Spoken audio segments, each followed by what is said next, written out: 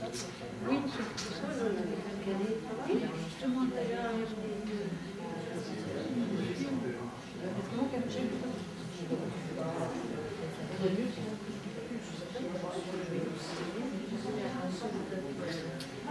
ce soir, je ne confondrai pas parce que comme je suis toujours sur le salon, ce soir le lendemain, il faut que je fasse attention. Surtout que c'est 2 ans plus, c'est bien, moi. Ça y est, t'es fidèle. Ça, alors, c'est gentil. Bonsoir. Installez-vous. Ah, c'est bien. Ou bien des listes de noms de personnes qui peuvent lui prêter ses livres. Suivante. Alors, ici, je vous ai mis les 2 pages qu'on va voir maintenant, parce qu'on est sur la famille de Trévulles, c'est que Nostradamus a ramené de Milan, il est allé lui aussi à Milan, c'est pas tout à fait la même époque, hein, puisque on a vu que Léonard naissait en 1452 et on va voir qu'il meurt en 1519, et Nostradamus naît en 1503 et il meurt en 1566, il y a quand même un décalage. Et quand Nostradamus va à Milan, il ramène ce menu, ici, des noces de Trévulles. Ce sont les noces de Gian Giacomo Trévulles, celui pour lequel Léonard de Vinci a travaillé. Et ce menu-là comporte 21 plats, dont plus de 10 plats de viande, et il met dedans des chapons, des cochons farcis, et il dit chaque fois, chaque invité en aura un entier. Et on s'aperçoit qu'on commence à avoir des sauces au sucre, le sucre plaisait beaucoup à Catherine de Médicis, des ingrédients qui viennent du Nouveau Monde, etc., entrent dans la composition de ces... Excusez-moi, je suis en train de penser que je n'ai pas coupé mon téléphone, j'espère qu'il ne va pas sonner, je suis désolée. J'aurais dû vous demander de le faire, je ne l'ai pas fait moi-même. Bon, donc ce menu de Trévulles, suivante s'il vous plaît, est daté de 1488. Donc c'est intéressant de voir le lien qu'il y avait entre ces personnages. La famille de Trévulles, c'est souvent à Lyon, puisqu'ils prêtent de l'argent, ils sont commerçants, et donc ils viennent chercher des livres, ils les ramènent en Italie ou l'inverse, des tissus riches, etc. Et Nostradamus avait quelques liens avec ces familles-là. Suivante. Alors, Léonard de Vinci fait un séjour à Rome de 2 ans, à la demande de Giuliano di Medici.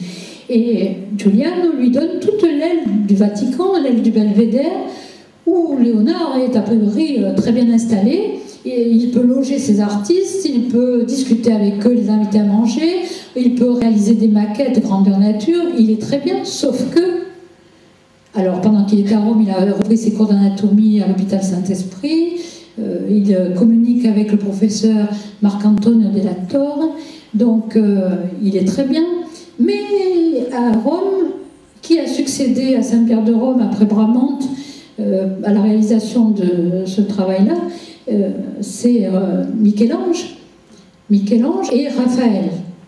Et il en prend ombrage, Léonard. Et alors Michel-Ange ne voulait pas prendre ce travail, on l'appelle à Rome, le pape lui propose, il refuse, il s'en va, on le rattrape, on le ramène à Rome, et il dit je veux, mais à une condition, pour réaliser l'intérieur, je veux être seul, et je ne veux pas qu'on me regarde. Alors Catherine me rappelait qu'il avait des problèmes avec ses yeux et qu'on lui faisait du collier à base de rue. Il ne faut pas oublier qu'on a aussi au château d'Empéré, notre jardin, des plantes médicinales. Donc, messieurs, mesdames, si vous avez mal aux yeux, n'oubliez pas, la rue est efficace. Donc, il en prend ombrage, Léonard, et il quitte Rome. Et au moment où il passe à Bologne, en 1515, il rencontre François Ier, jeune roi, qui vient de remporter ses batailles et qui a tout le pouvoir sur l'Italie, sur la France et sur l'Italie. François Ier dit qu'il ne pensait pas qu'un homme pouvait avoir tant de connaissances et il lui propose de venir en France, à Amboise, au château d'Amboise. Suivante, parce qu'elle n'est pas très belle. C'est l'époque où Léonard a à peu près 60 ans, c'est de là que date cet autoportrait que certains remettent en question. Enfin, en tout cas, pour tout le monde, il passe pour l'autoportrait de Léonard, on va le conserver comme ça. À peu près 60 ans, il s'est représenté comme un sage, Platon ou Aristote, qu'il se voulait à cette époque-là. Alors Louis XII, que vient-il faire au milieu? C'est important si on parle du château d'Amboise, parce que le château d'Amboise appartenait à Charles VIII. Charles VIII a eu la mauvaise idée, à 28 ans, de se cogner la tête contre un linteau de porte et il est tombé raide mort. Sa femme Anne de Bretagne a dû épouser Louis XII, le cousin, pour que le duché de Bretagne ne parte pas à volo et reste à la France. Et Louis XII voudrait bien avoir une postérité, mais Anne de Bretagne n'a que des filles, et lorsqu'elle meurt, eh bien, on trouve une jeune Britannique, Marie d'York, qui va le tuer en moins de 3 mois, et il va léguer tous ses biens à la famille de Louise de Savoie et de François Ier, Louise de Savoie étant la mère de François Ier, c'est-à-dire les Valois d'Angoulême. Louise de Savoie hérite du château d'Amboise et elle demande à François Ier, je crois qu'on peut voir la suite, voilà, de faire des travaux, et ce qu'il va faire, et on transforme ici cette partie en logis du roi. Louise de Savoie va l'habiter et commence une période de faste pour le château d'Amboise. Allez-y. Alors, Léonard se décide et il passe les Alpes à dos de mulet avec sa Joconde sous le bras. Il n'a pas voulu la laisser aux Italiens, il était trop en colère contre Rome.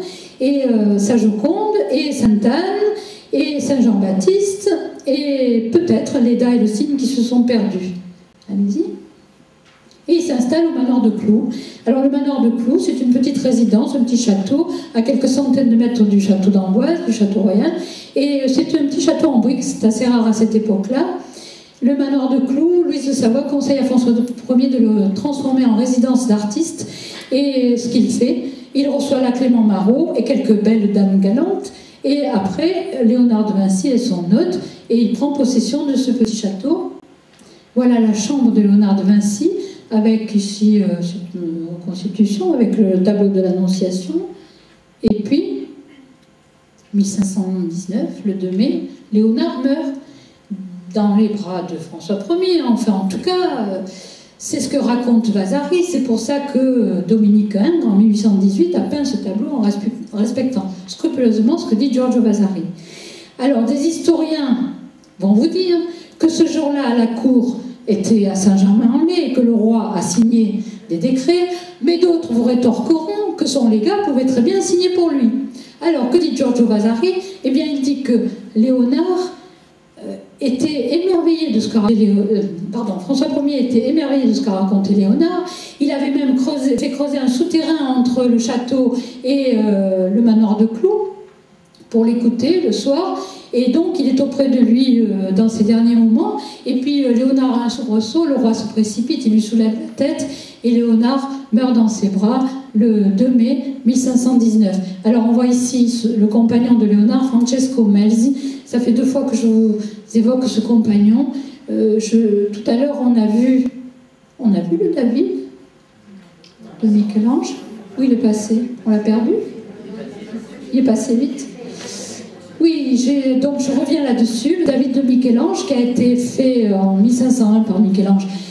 5 mètres de haut, 5 tonnes de marbre. Michel-Ange a fait ce David en s'inspirant des traits de Léonard de Vinci. Michel-Ange avait 23 ans de moins, il trouvait Léonard extrêmement beau. Mais il faut savoir qu'en 1476, Léonard a dû répondre à un procès pour acte de sodomie et il a été blanchi après, mais il a été profondément blessé. Et comme il est resté célibataire, on a orphané. Et on transporte ses restes dans la chapelle Saint-Hubert du château royal d'Amboise, où on peut aller voir sa tombe aujourd'hui. Voilà, on va s'approcher encore. Et voilà la tombe de Léonard de Vinci. Alors je vous ai sélectionné après quelques images de son travail pour voir les influences, on ne va pas trop tarder. Voilà, Bramante. Alors Bramante, c'est la coupole de Saint-Pierre de Rome. Bramante, Donato Bramante est très important aussi pour Léonard. Ils se connaissent à Milan. Sforza les envoie à Pavie pour voir ce qu'ils peuvent faire pour la cathédrale. Ils deviennent amis très proches. Ils échangent des dessins. Voilà, de plus près. Cette coupole est classée au patrimoine mondial de l'UNESCO quand même. Allez-y. Alors oui, c'est fade, là. J'espère que ça ne va pas être comme ça pour tous les dessins. Alors, des dessins